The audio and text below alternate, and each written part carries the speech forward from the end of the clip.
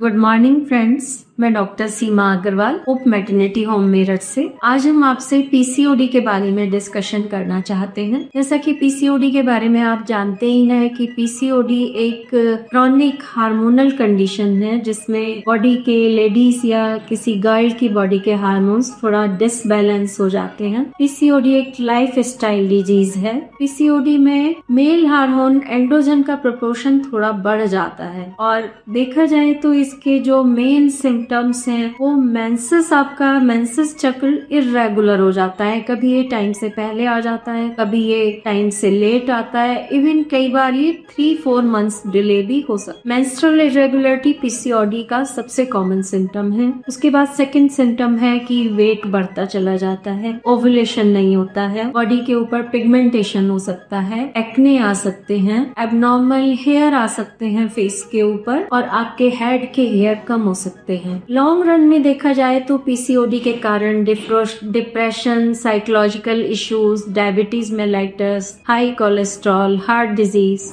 High blood pressure, ये सब कुछ बहुत कॉमन है। अब पीसीओडी के सबसे ज्यादा इम्पोर्टेंट ये है कि पीसीओडी होता क्यों है। उसमें एक तो अनहेल्दी फूड है। अनहेल्दी फूड मतलब high calorie food, junk food, तला भुना, चिकनाई, ये सब कुछ लेना। दूसरा इसका सबसे इम्पोर्टेंट रीजन है सिडेंट्री लाइफ स्टाइल, यानी कि बिल्कुल भी एक्सरसाइज और फिजिकल वर्क का ना होना। और फिर कुछ अदर रीजंस भी हैं जिनमें कि स्ट्रेस होना, डिस्टर्ब स्लीप, ये सब कुछ भी बहुत कॉमन है कि गर्ल्स में एडोलिसेंट एज से ये प्रिवेलेंट होने लगता है। एडोलिसेंट एज का मतलब ये है कि मेंसेस शुरू होने के 2, 3, 4 इयर्स बाद जब कोई लड़की 14-15 की एज में होती है, ये टिपिकली किसी गर्ल की लाइफ का वो टाइम भी होता है जबकि उसका बोर्ड एग्जाम्स चल रहे होते हैं, एकेडमिक्स का प्रेशर होता है, बच्चे यूजली खेलना छोड़ देते हैं और बहुत बहुत टाइम उनका कोचिंग में और सिटिंग में और स्क्रीन पे, मोबाइल पे जाने लगता है। पूरा टाइम वो इवन खाना भी बेड में ही खा रहे होते हैं। मदर खाना ला देती है क्योंकि उनको पढ़ने से कोई टाइम ही नहीं होता और फिजिकल एक्टिविटी उनकी बिल्कुल खत्म हो जाती है। एक एडोलिसेंट की लाइफ में पीसीओडी जहां बहुत ज्यादा बॉडी शेमिंग लेके आता है, उनको बहुत स्ट्रेस, एंजाइटी, डिप्रेशन हो सकता है क्योंकि इसके कारण उनका वेट बढ़ने लगता है, फेस पे दाने आने लगते हैं, पिगमेंटेशन होने लगता है, एबनॉर्मल हेयर होने लगते हैं। टीनेज या एडोलिसेंट वैसे भी अपने लुक्स को लेके बहुत ज्यादा कॉन्शियस होते हैं। ऐसा होता है तो वो और भी ज्यादा उन्हें स्ट्रेस देता है। स्ट्रेस फर्दर पीसीओडी को बढ़ाता है। एडोलिसेंट की तरह ही हमारी जो यंग वुमेन है जो ऑफिस जा रही हैं, जिनको 8 आवर्स की ऑफिस में सिटिंग देनी है, या जो आईटी सेक्टर वाले हैं जिन्हें लैपटॉप के सामने प्रोलॉन्ग सिटिंग देनी है, उनके लिए भी पीसीओडी एक बहुत बड़ी समस्या बन चुका है। उन्हें भी अपना बहुत ज्यादा ध्यान रखने की जरूरत है कि बीच बीच में टाइम निकाल कर वो एक्टिव रहें, चलते फिरते रहें, सुबह शाम एक्सरसाइज करें। वहीं बड़ी लेडीज ने जो आफ्टर मैरिज जो हैं, उनको पीसीओडी के कारण वेट गेन, ओबेसिटी, एनओव्यूलेशन के कारण कंसीव ना करना, ये उनके सबसे ज्यादा मेन फैक्टर्स होते हैं जिसके लिए वो डॉक्टर के पास आते हैं। इनफर्टिलिटी का पीसीओडी नंबर 1 रीजन है। अब हम इसके डिटेल में जो ट्रीटमेंट है, ट्रीटमेंट का जो नॉन फार्मेकोलॉजिकल पार्ट है उस पर चर्चा करेंगे कि डॉक्टर आपको जो दवाई जिसको जो सूट करती है वो देंगे ही, लेकिन आप 60% तक पीसीओडी अपना डाइट और एक्सरसाइज को मेंटेन करके सही कर सकते। हेल्दी डाइट में आपको हरी पत्ते वाली सब्जियां, साबुत अनाज, छिलके वाली दालें, नट्स, डेयरी प्रोडक्ट्स में टोन्ड मिल्क, जिसको आप सपरेटा दूध भी कहते हैं, पनीर भी ले सकते हैं। गट बैक्टीरिया के लिए दही और मट्ठा बहुत अच्छा है। फर्मेंटेड फूड्स अच्छे हैं, नट्स अच्छे हैं, आप बादाम, अखरोट भिगो के ले सकते हैं, मुनक्का भी ले सकते हैं। जो लोग नॉन वेज खाते हैं, एग बहुत अच्छा है। अगर आप चिकन ले रहे हैं, फिश ले रहे हैं तो वो रोस्टेड लें, फ्राइड बिल्कुल ना लें। और इसके अलावा जब आप हाई कैलोरी फूड लेते हैं, फ्राइड फूड लेते हैं, तो वो आपका एब्डोमिनल फैट बढ़ाता है। एब्डोमिनल फैट बढ़ने से इंसुलिन रेजिस्टेंस होता है, ग्लूकोज इंटॉलरेंस होता है और उससे पीसीओडी फर्दर बढ़। तो फूड बहुत ज्यादा इम्पोर्टेंट है। आपको प्रोसेस्ड फूड से बचना है, हेल्दी डाइट पे और हाई फाइबर डाइट पे जाना है। और पेरेंट्स को तो स्पेशली अपने बच्चों का इस बात का ध्यान रखना है कि पेरेंट्स खुद भी हेल्दी फूड लें और बच्चों को भी हेल्दी फूड दें, ताकि पीसीओडी को उसकी बहुत अर्ली एज में, जब तक कि वो किसी में बच्चे में स्टार्ट नहीं हुआ है, सेटल नहीं हुआ है, तभी रोका जा सके।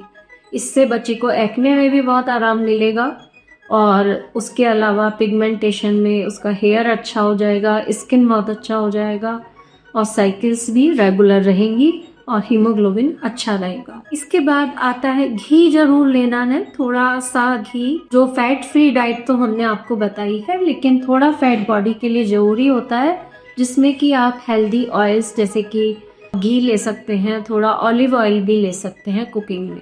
अब हम आते हैं एक्सरसाइज के पार्ट पे। एक्सरसाइज का बहुत ज्यादा रोल है पीसीओडी में। एक्सरसाइज करने से आपकी बॉडी का इंसुलिन जो रेजिस्टेंस है वो कम होता है और हार्मोन्स बहुत तेजी से बेसिक और सही लेवल पे सेट होते हैं। एक्सरसाइज स्ट्रेस भी कम करती है। एक्सरसाइज में आपको सिर्फ half an hour daily high activity exercise रखनी है। ये एक्सरसाइज आपकी जिम जाना हो सकता है, जिम में स्पेशली कार्डियो करना है, स्ट्रेंथ या वेट ट्रेनिंग कर सकते हैं, क्योंकि वेट ट्रेनिंग करने में आपकी जो मसल है वो ग्लूकोज को यूटिलाइज करती है और ये बहुत अच्छी होती है कैलोरी बर्न करने के लिए। उसके अलावा साइकिलिंग, बैडमिंटन, रनिंग, घर में से अगर आप निकल नहीं सकते हैं तो आप एरोबिक्स कर सकते हैं, डांस कर सकते हैं, रनिंग कर सकते हैं।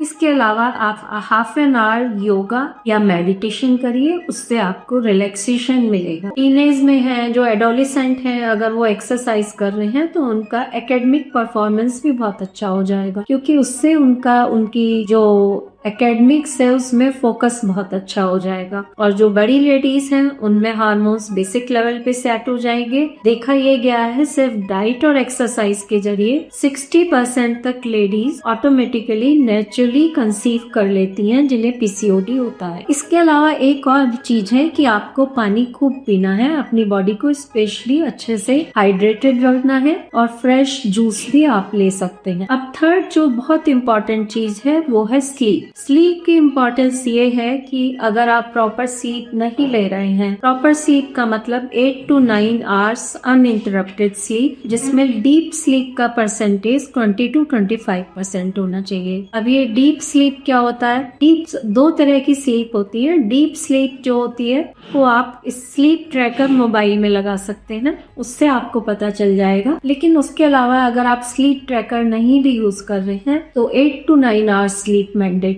है। सोने जाने से पहले 2-3 घंटे पहले अपना डिनर ले लें। हेल्दी हॉट वाटर शावर ले सकते हैं आप। उसके बाद थोड़ी देर आप बुक पढ़ सकते हैं, मेडिटेशन कर सकते हैं, योगा कर सकते हैं, ताकि आपको अच्छी नींद आए। अगर आप प्रॉपर सो नहीं रहे हैं, सोने से पहले बहुत ज्यादा मोबाइल या स्क्रीन पे हैं, तो उसके कारण आपका हंगर हार्मोन बढ़ जाता है, आपको हाई कैलोरी फूड की क्रेविंग्स होती हैं और आप अनटाइमली खा लेते हैं। हंगर हार्मोन बढ़ता है और फुलनेस हार्मोन, जिसे हम लैक्टिन भी कहते हैं, वो कम हो जाता है। तो आपने खाना खा रखा है, उसके बावजूद भी आपको फीलिंग आती है कि आपको कुछ खाना है और आप उस समय आउट ऑफ द टाइम खा लेते हैं, जिसकी वजह से एक्स्ट्रा कैलोरीज अंदर आती हैं और वो यूजली क्रेविंग्स होती हैं। वेट बढ़ता है, स्ट्रेस बढ़ता है, स्लीप और पुअर होती है। तो पीसीओडी इसको बढ़ाता है और ये चीज पीसीओडी को बढ़ाती है, ओबेसिटी को बढ़ाती है और इस तरह से आप एक रैट रेस में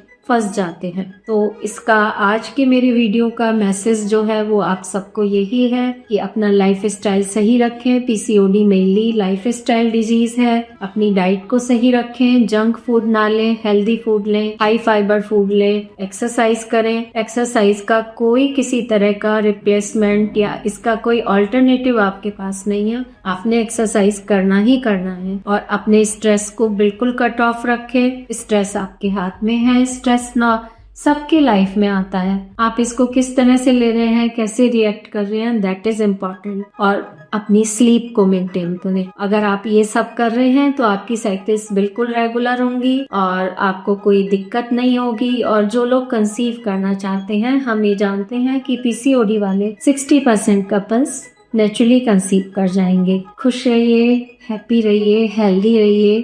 थैंक यू सो मच।